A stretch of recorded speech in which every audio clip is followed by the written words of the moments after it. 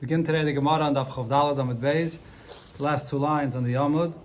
Amar Rav said, and here the Gemara is explaining a term that was brought up before in the song that was sang when the Arain was brought back to the Yidden after it was captured by the Plishtim. According to one opinion, another opinion, the Yidden said this song to the Arain when Moshe Rabbeinu said, Vayihi ben Sayah ha'Arain. So if you look right before, within that song it said that the Yidden praised the Arain, that the Arain has in it Dvir, which means the Sefer Torah inside the Aron. So Rav said, "Kaman karu parsoi l'sifra dvir." What's the source? Why is it that the Persians they refer to a sefer as dvir? Mehacha, the source is in this pasuk where it says, "V'shem dvir lifnim kirya sefer." The place that it's called dvir was before this. It was referred to as kirya sefer. So we see that sefer then turned into dvir by the Persians. Rav Ashi Amar, or the other girsa here is Amar Rav Ashi. Similar thing, Kaman Karu Parsoi Linida Dashtana. Based on what do the Persians refer to a nida as Dashtana? Mehacha, from what it says, what Rachel told Lavan, Ki derech noshim li.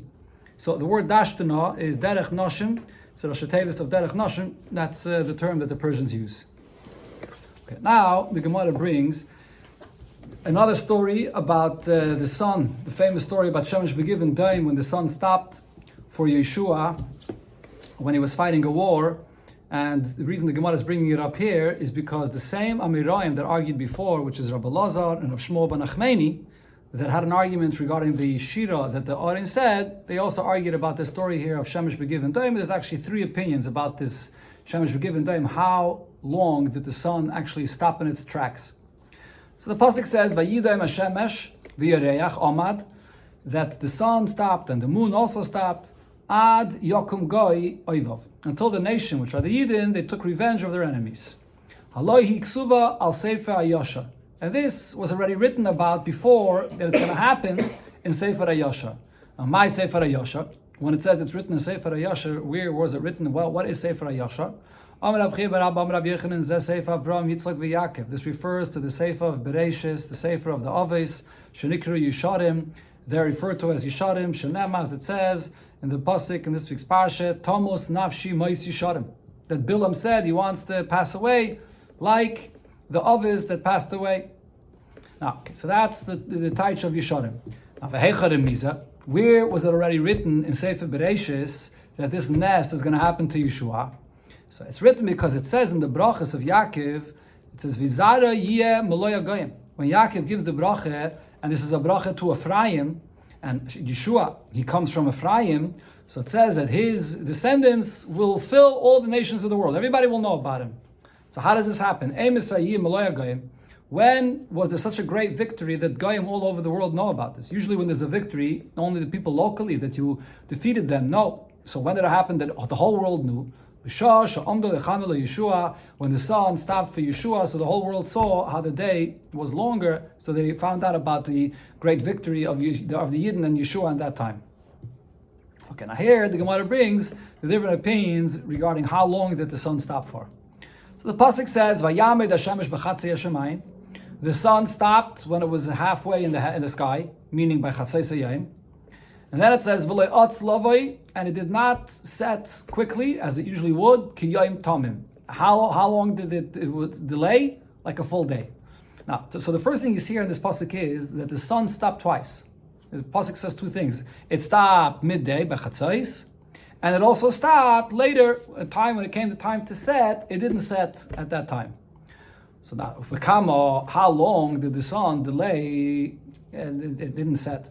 Rabbi Yeshua ben Levi. So Rabbi Yeshua ben Levi says, Esrim v'arba shoi, the sun was shining on that day 24 hours. In other words, double of a usual day, 12 hours, the sun was up for 24 hours. And the cheshbon is as follows. Azal shis, the sun went in its track for 6 hours until chatzais, and then the kamshis, and then it remained in its place in the sky for 6 hours. And then Azal Shis, the sun continued in its tracks for another 6 hours. And then the Kamshis, and before it set, it stopped for another 6 hours, which means that Kula Milsa Kiyayim Tamim. In total, the sun shined that day as long as a full 24-hour period, and that's what it says in the end of the pasuk, Kiyom Tomim, referring to the total amount that the sun was up for that day. Rabbi Lazar says, Shloshim Vishis, that the sun was up a total of 36 hours. Why? Because Azal Shis, the sun went until Chatzais for 6 hours, then the Kam Teresar, and then the sun stopped there for 12 hours, then Azal Shis, the sun continued going another 6 hours, and then before it set, the Kam Teresar, and it stopped for 12 hours again. So the Amidasai Kiyom Tomim, which means because the time that it stopped was as long as a full day, the full day that the sun usually shines. In other words, Rabbi Lazar is understanding when it says in the pasuk Kiyom Tomim, it refers to the regular amount of time that the sun usually shines.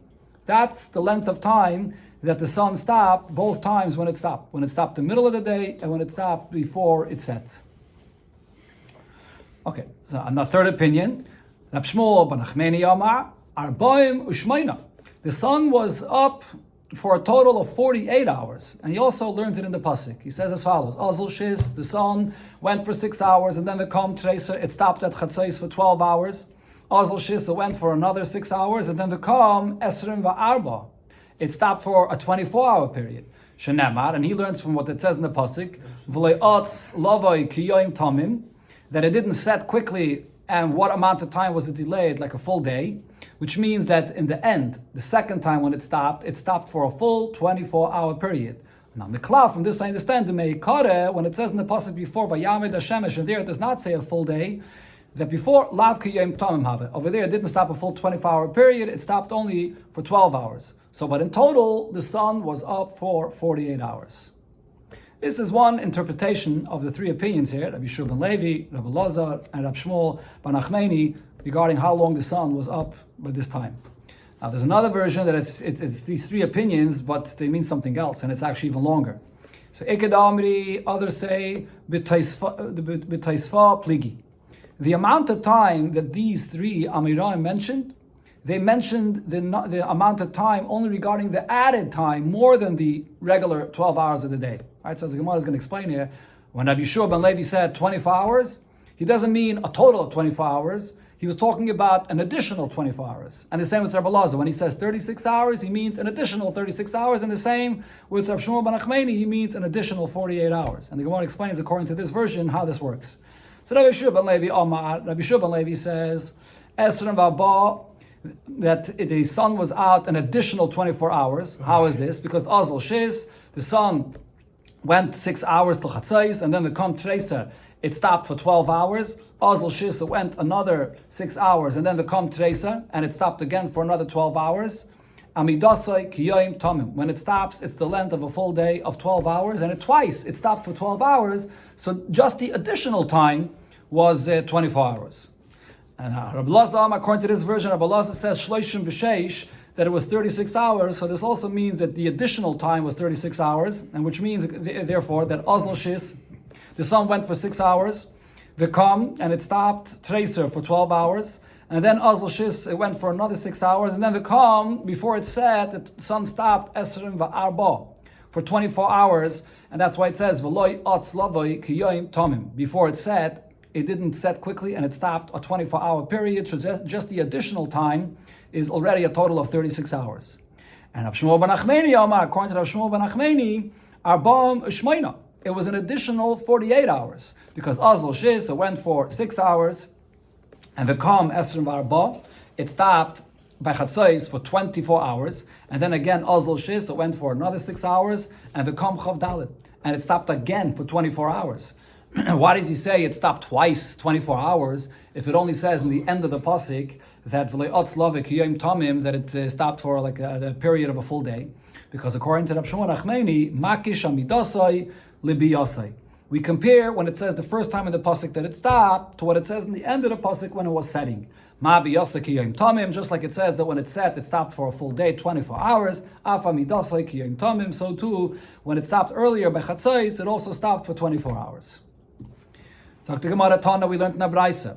Before I go weiter, let me just mention regarding this whole miracle that it says here by Yeshua and the Yidden, So the Rebbe spoke about this Barichis in the Farbrengen of Gimel Tammuz, Tavshin on Aleph, and then the Rebbe said that this miracle is a unique kind of miracle, because on one hand it's a miracle that's obviously supernatural, but at the same time, if the Eibishter wanted Yidden to defeat the Goyim that they were fighting, the Eibishter could have just made a nest that they should all drop dead, or they shouldn't have to even fight.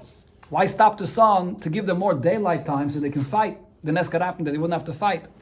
Elamai, the concept here is that the Eibishter wants that the nest should then come into nature. It's a nest, but the point is to bring the nest into Teva, that will be able to bring the Koyach of the Eibishter to then fight the Goyim. And then the Rebbe said that based on that when the Gemara here says, and the Pasuk says, Vayidin Hashemesh v'yirech omad, it doesn't just mean the sun and the moon stop, but the rest of the whole Galgal did continue moving.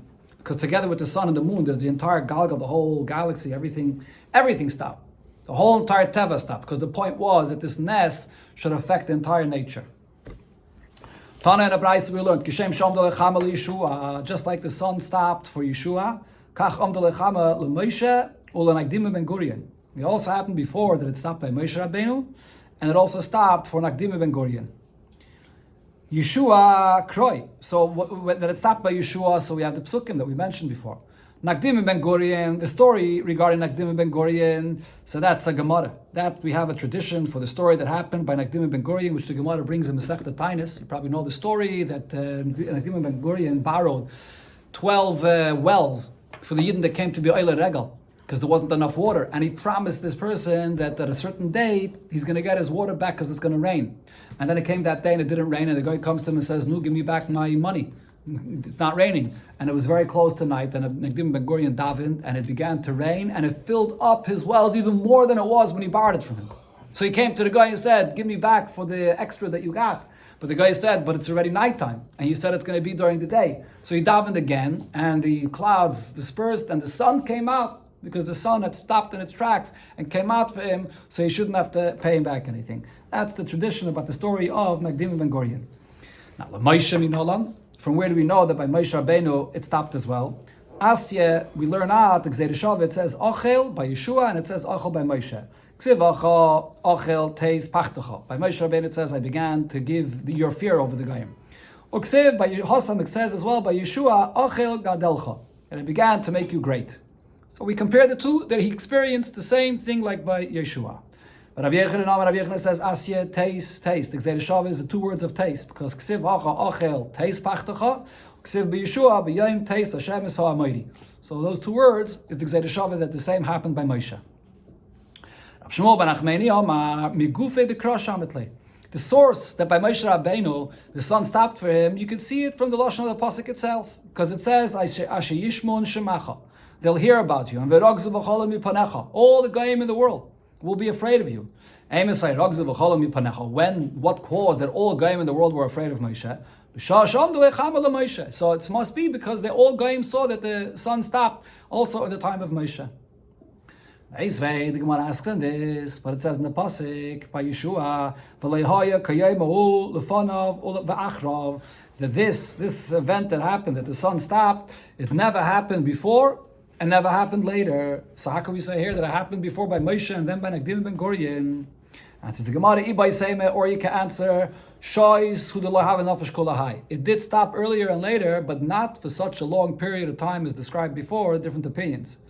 Or the answer is, there was an additional thing that happened then, that never happened before or after, and that's Avnei Borod Loihava, that it rained down stones, it hailed stones, and that never happened. The Pasuk there says, "Vayhi b'noisam mipnei b'nei Yisrael heim b'moed beis chayrein." They ran away from the Yidden. V'Hashem hishlach aleim avonim gedolos min hashamayim ad aska v'yamusu. That was a unique thing that happened at that time that never happened before or after. Okay, now the Gemara brings another pasuk, a different inyan, where there will also be a machlokes regarding the term of Sefer Hayashar that was brought up before. So the Gemara brings this here. It says in the pasuk, "Vayomer L'lamed b'nei Yehuda kashes, hine ksuva al Sefer Hayashar." So this is a pasuk that David HaMelech is saying after Shaul and his son Yohanan died. So David HaMelech says that now that the great mighty amongst Yidden died, so we have to go and teach from the Bnei Yehuda that they should be able to fight with a bow and arrow. And then it says in the pasuk that this already says earlier in Sefer HaYashar that the Yidden will have to fight with a bow and arrow. So the Gemara says, "My Sefer HaYashar." What does it mean, Sefer HaYashar? So here, actually, the Gemara brings a few opinions. It's the Sefer Bereshis, the Sefer of the Avos. Shenikru Yisharim, Dechsiv, Bohu, Thomas Nafshi Moisi Sharim. V'tiach Risi Kemoyo, as mentioned before, that Bilam said. Now, where is it hinted? In a pasuk in Bereshis, the Yidden are going to fight with a bow and arrow, because it says by the bracha of Yaakov to Yehuda, Yehuda to Yeducha Chacha, and then it says Yadcha ba'oiref oivecha. Your hands you will fight at the back of your enemy. Now, so the Gemara here darshans ve'ezi muchamesh etzricha yad keneged oiref. What way of fighting a battle is it that you lift your hands, that it's placed in a position that it's opposite the oiref of the person, opposite the back of the head of the person. According to Rashi's Pshat, what this means is when a person lifts up the bow and arrow, it's right in front of his eyes basically, but it's sort of opposite of the back of his head. That's what the Gemara means. According to the Marsha, what it refers to is the enemy. When you use a bow and arrow, when the enemy is close enough, you use a sword. But when the enemy is running away, so then the enemy is facing with his back to you, then you use the bow and arrow. That's what the Gemara means. So therefore, it's lashon that it says by Yehuda when it says Yadcha b'orev evecha, Havaim is a keshes. This is the bow and arrow. That's one opinion. Rabbi Lazar says Sefer Mishnah Torah. That Sefer HaYashar refers to Mishnah Torah, Chumash Devarim. Amai Karolei Sefer HaYashar. Why is it called Sefer HaYashar? The pasuk says Vasisa HaYashar V'Atoiv Be'enei Hashem. So because of this pasuk, it's called Sefer HaYashar. Now where is it hinted in Sefer Devarim? The Yidden are going to have to fight with a bow and arrow, because it says Yadav Ravloi, that they're fighting with two hands. When do you fight with two hands? When you're holding the bow and arrow. Rav Shmuel ben Achmeni says Sefer Shoftim. Sefer Shoftim is called Sefer HaYashar.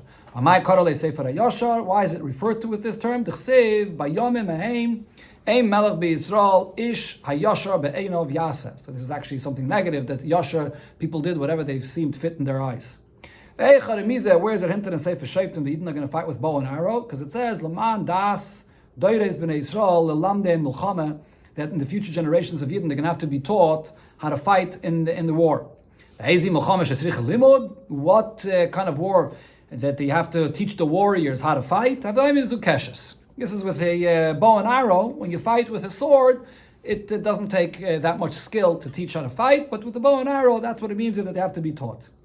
Now the Gemara adds, and the Yehudik. How do we know that pasuk is connected to the pasuk here, where David HaMelech says we're going to teach the Bnei Yehuda? How do we know that in this pasuk of Shoftim it's speaking about Yehuda?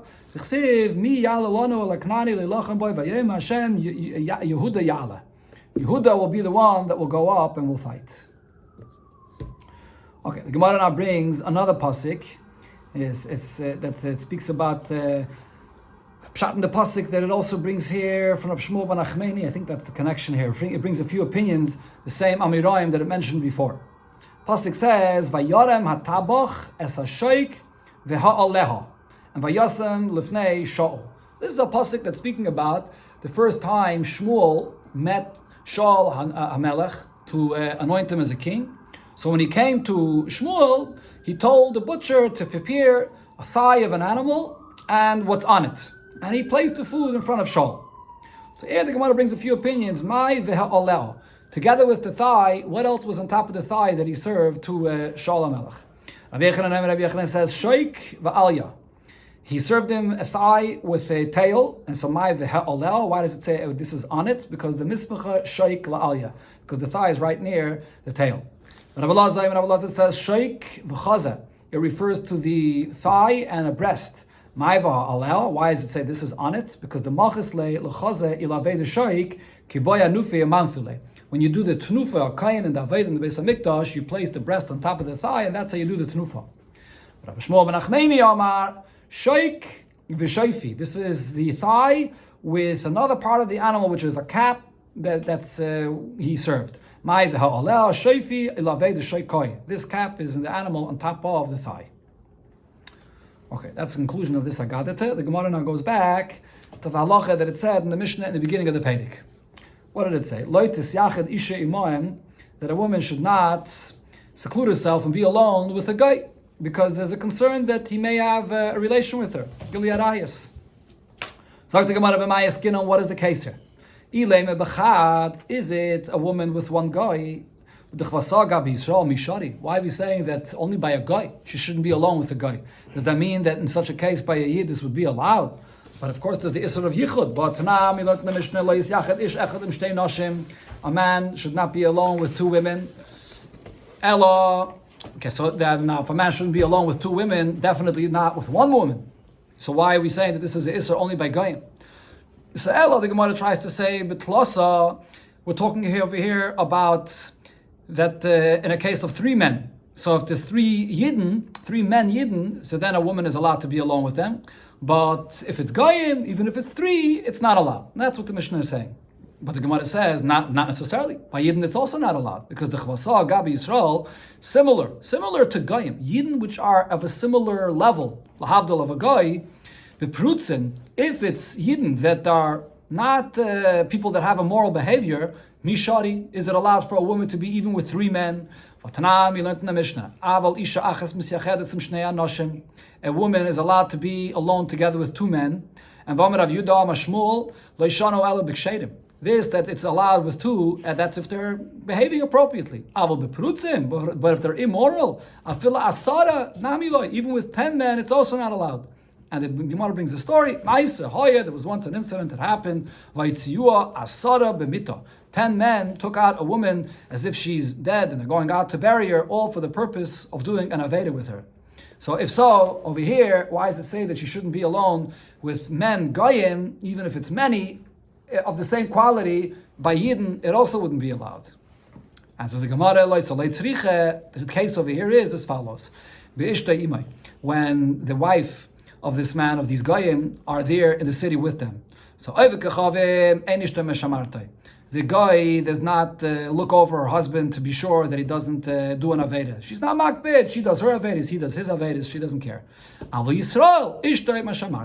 But if it's a Yid, so then if the wife is in town, she looks after him, and therefore over here there is no Isser of Yichud by a Yid. What did it say, the Mishnah, that the woman should not be alone with a guy because of Gilead Arayis? But the question is, why isn't there an issue that it's dangerous? The Mishnah afterwards says that no Yid should be alone with a guy because he may kill him. So why shouldn't it apply the same by a woman? Why does it give a new reason because of Gilead Arayis? Rabbi Yirmiyah says it's be'isha chashuva askinan. The case here is that this is a prominent woman, that she has a connection to the government, the mirsasimina. So they're afraid to kill her. So therefore the issue of shichas damim doesn't apply. But at the same time, she's a prominent woman, and Rashi says that the taich of Isha Chashuva also means that she's a beautiful woman, and therefore there is a problem with Gilead Arayis. That's Rabbi Yirmiyah. So we're talking about a unique case. Ravidi says that no, we could say about every woman, Isha Kli Zaina Aleha. A woman has her weapons, in quotations, she has weapons on her all the time. And in other words, the point is that for a guy, when they capture a woman, they're not going to kill this woman because they want to do an Avoda with her, so they keep her alive. So the fact that she's a woman, that's her weapons that keeps her alive, and therefore over here there's no chash for shvichas damim. So the Gemara says, what's the my benayu? What is the difference between these two answers? Benayu, the difference is Isha chashuva bein ha'anoshim v'she'ena chashuva bein ha'anoshim. If this is a woman that is prominent, she has a connection to the government, and therefore in such a case there's no concern that a guy would kill her. He's afraid to start up with her. But at the same time, Eino chashuva bein ha'anoshim, Rashi's pshat is that she's not beautiful amongst women. So therefore, there's no reason to be concerned that the Goyim would be mizana with her for Gilead Arayis. So therefore, in such a case, there would be no problem for her to be amongst the Goyim. But according to Rabbi Yirmiyah, there still is a problem of Gilead Arayis, or Rav Idi rather. According to Rav Idi, that says Isha Klizayna Alea, they wouldn't kill her, but they would be mizana with her, because there's a problem by any woman that they would be mizana with her. This is Rashi's pshat in the Gemara. Taisus has a completely different pshat in the Gemara. You see here a very long Taisus. I'm not going to go through the whole thing, but just one point. Taisus points out there's a deichik with Rashi's pshat. Rashi is translating in the Gemara the word Isha Chashuva to mean two things: that she's a prominent woman and she has connections to the government, and Isha Chashuva also means that she's a beautiful woman. Taisa says it's not mashma that Chashuva means beautiful. It's just mashma that she means that she has connections, and therefore Taisa brings up a whole new pshat in the Gemara. Okay, let's see the next piece. The Gemara says, it said in the Mishnah, Lo yisyachid adam imohen, a person should not be alone with goyim. So Tana Rabbana, in a Brayse we learned more details about this. Yisrael shenizdamad lo'evik kechavim bederech. If a yid is traveling, and there's a guy that happens to be traveling with him on the way, Taifloi liyaminai, so make sure you place the guy on your right side. So if the guy is going to cause you any problems, so the right hand of a person is stronger, you'll be able to grab him and subdue him quickly. Rabbi Shmuel says that it depends. If the guy is carrying a sword with him, then you should place him on your right side. And the reason is because the guy usually carries the sword on the left side. So if he's going to be on your right, that means that his left is right near your body. And then if he see there's any trouble, you'll be able to grab away his sword very quickly because his sword that's on his left will be right near you. However, if the guy that's walking with you is holding a stick in his hands, then teifel l'smaila, then put the guy on your left. Because if you put the guy on your left, that means that the stick that he's holding in his right hand is right near you. If you're going to place him on your right and he's holding a stick in his right hand is going to be further away from you. You won't be able to grab that stick out of his hand very quickly. So therefore place him on your left so the stick that he's holding will be right near you. If they're going up on a mountain, or they're coming down a mountain, and there's no space for both of them to walk side by side, one has to walk in front and one has to walk in back, you should never walk with him in a position that you're going to be lower down and the guy is higher up, he can push you down. The yid should always be higher up and the guy further down. And also, never bend down in front of a guy, because the guy can come and take the opportunity and crush your head. If the guy asks the yid, where are you going to?